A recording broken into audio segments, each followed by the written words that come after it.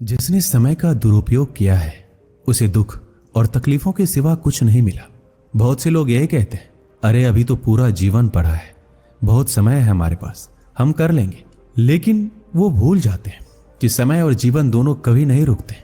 बहुत समय पहले की बात है, एक नगर में एक राजा रहते थे। वो राजा बहुत शक्तिशाली थे। वो राजा युद्ध में बहुत निपुण थे। वो कभी भी युद्ध नहीं हारते थे।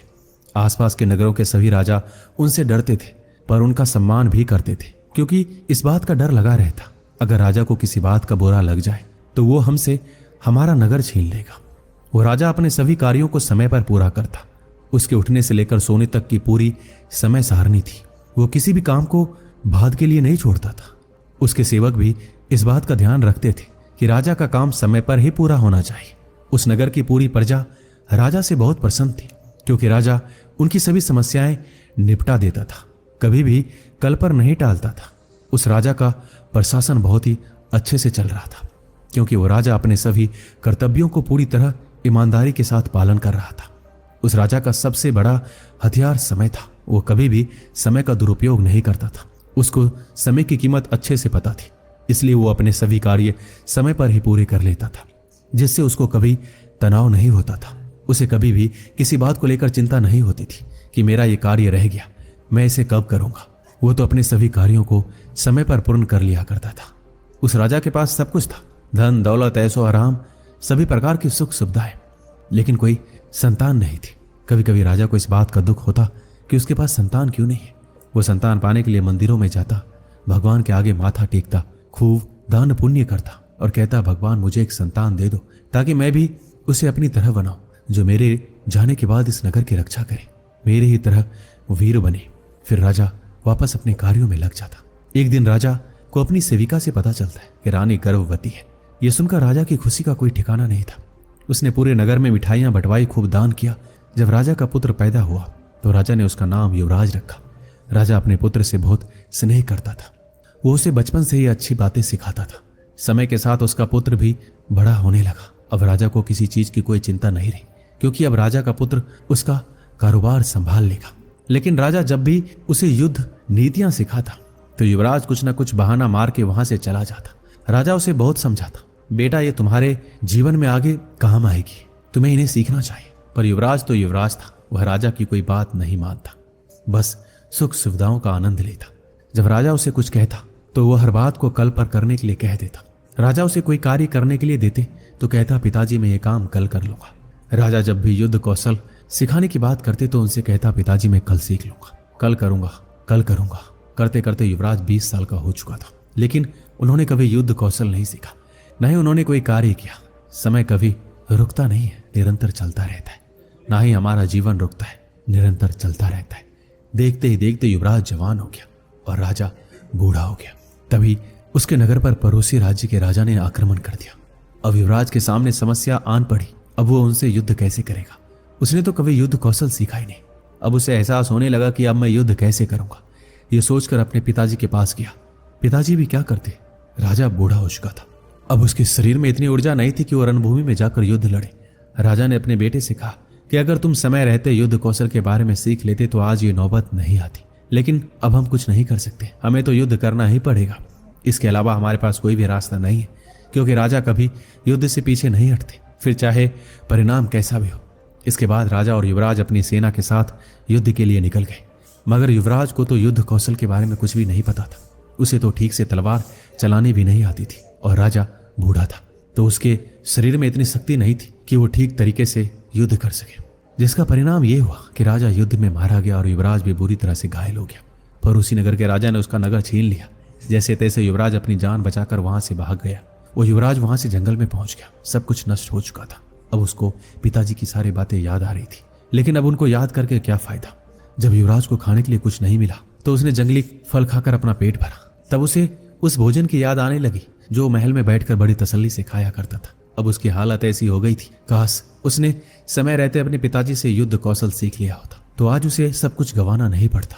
पर अब तो समय जा चुका है, अब मैं कुछ नहीं कर सकता। ये कहकर युवराज जंगल में जोर जोर से रोने लगा।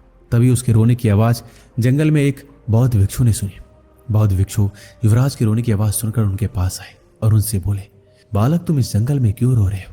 तुम तो एक राजकुमार प्रतीत होते हो, फिर इस जंगल में क्या कर रहे हो? उस बौद्ध भिक्षु की बात सुनकर युवराज बोला, मैं तो राजकुमार था, पर अब नहीं हूं। मेरा सब कुछ लूट गया है, मेरे पास कुछ भी नहीं है। मैंने अपने समय को बर्बाद कर दिया, समय ने फिर जाकर मुझे बर्बाद कर दिया। अब मैं क्या करूं? मुझे कुछ समझ नहीं आ रहा। युवराज की पूरी बात वो बौद्ध भिक्षु बड़े ध्यान से सुनते हैं और फिर युवराज से कहते हैं, अगर तुम चाहो तो अपना सब कुछ अभी भी हासिल कर सकते हो। ये सुनकर युवराज बोला, कैसे महाराज, क्या आप मुझे बता सकते हैं? बौद्ध भिक्षु कहते हैं, तुमने पहले समय को बहुत ही बर्बाद किया है, इसलिए जो समय जा चुका है हम उसे वापस तो नहीं ला सकते। अब जो हमारे पास बचा है, अगर तुम उसका सही उपयोग करो तो तुम वापस अपने जीवन में सब कुछ हासिल कर सकते हो। ये सुनकर युवराज बोला, महाराज मुझे क्या करना होगा? तो बौद्ध भिक्षु कहते हैं, मैं तुम्हें जो बातें बताऊंगा उसे जीवन में हमेशा याद रखना। सबसे पहले समय के महत्व के बारे में जानना होगा। समय एक अनमोल चीज है, ये कभी नहीं रुकती। समय कभी किसी का गुलाम नहीं रहता। अगर हमने उसे बर्बाद कर दिया तो फिर समय हमें बर्बाद कर ही देगा। इसलिए हमें सदैव समय का सही उपयोग करना चाहिए, और इसका सही से उपयोग करने के लिए सबसे पहले हमें अपनी दिनचर्या का एक समय सारणी बनानी चाहिए। हम कब उठते हैं, कब खाते हैं, कब सोते हैं, कौन सा काम करते हैं, इन सभी चीजों का समय निर्धारित होना चाहिए, जिससे हम अपना कार्य समय पर पूरा कर सकें। लेकिन हम क्या करते हैं? हम अपना कोई भी समय निर्धारित नहीं करते हैं। जब हमारी मर्जी है तब हम सो जाते हैं, जब मर्जी हो उठते हैं। कभी कभी तो हम इतना सोते हैं कि हमारा आधा से ज्यादा समय तो सोने में निकल जाता है, फिर हम कुछ भी नहीं कर पाते। इसलिए अपने सभी कार्यों की समय सारणी बनाओ और हर काम को समय पर ही पूरा करो, जिससे कि तुम्हारा काम समय पर पूरा हो सके। जब हमारा काम पूरा नहीं होता तो हमें तनाव होने लगता है, और अब हम इस काम को कैसे करेंगे? हमारे पास तो अब समय नहीं बचा, जिससे आपका वो काम बिगड़ सकता है। हमें अपना कार्य करने के लिए एक समय निर्धारित करना चाहिए कि मुझे ये कार्य इतने समय में पूरा करना है, और फिर करना ही करना है। मुझे ये काम इतने दिनों में खत्म करना है, और फिर इसे पूरा करना ही करना है। समय को कोई भी मनुष्य खरीद या बेच नहीं सकता। कुछ लोग तो अपने जीवन का सही मतलब भी नहीं समझ पाते। आखिर उन्हें अपने जीवन में करना क्या है? वो तो समय का उपयोग अपने दोस्तों के साथ खाना खाने में, घूमने फिरने में, गप्पे लड़ाने में पूरे कर देते हैं। इस तरह से वो अपने जीवन के वर्ष व्यतीत करते हैं। वो कभी नहीं सोचते कि वो क्या कर रहे हैं, किस तरह से अपना समय बर्बाद कर रहे हैं। उन्हें कभी इस बात का पछतावा भी नहीं होता कि इसी वजह से वो अपना समय और धन दोनों खो देते हैं, जिसे वो कभी प्राप्त नहीं कर सकते। वो लोग ये भूल जाते हैं कि उनके पास सीमित समय है। वो तो हमेशा इसी भ्रम में रहते हैं कि अभी तो उनके पास बहुत समय है, जबकि समय ऐसी चीज है जो कभी नहीं रुकती।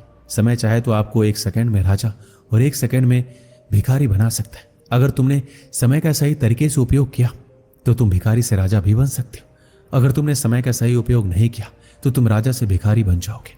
हम सभी के पास बराबर समय होता है। सभी को एक दिन के 24 घंटे मिलते हैं। फिर कोई सफल तो कोई असफल क्यों? सफल लोग कोई अलग काम नहीं करते, बस वो उस काम को अलग तरीके से करते। वो लोग अपने समय के प्रत्येक क्षण को जरूरी कामों में लगाते हैं, जिससे वो सफल हो जाते हैं। और असफल लोग समय के प्रत्येक क्षण को बर्बाद करते रहते हैं, कभी सोने में, घूमने में, गप्पे लड़ाने में, जिससे वो कभी सफल नहीं हो पाते। फिर बौद्ध भिक्षु राजकुमार से कहते हैं, मेरी एक बात हमेशा याद रखना, समय एक अमूल्य धन है। समय की अहमियत ही हमें जिंदगी में सफल बनाती है। अगर समय एक बार चला गया तो कभी लौट कर तुम्हारे पास नहीं आएगा। इस पूरी पृथ्वी पर समय से अधिक मूल्यवान कुछ भी नहीं, ना पैसा ना ताकत, क्योंकि जब तुम्हारा समय साथ नहीं देता तो तुम्हारा पैसा और तुम्हारी ताकत भी तुम्हारे किसी काम की नहीं।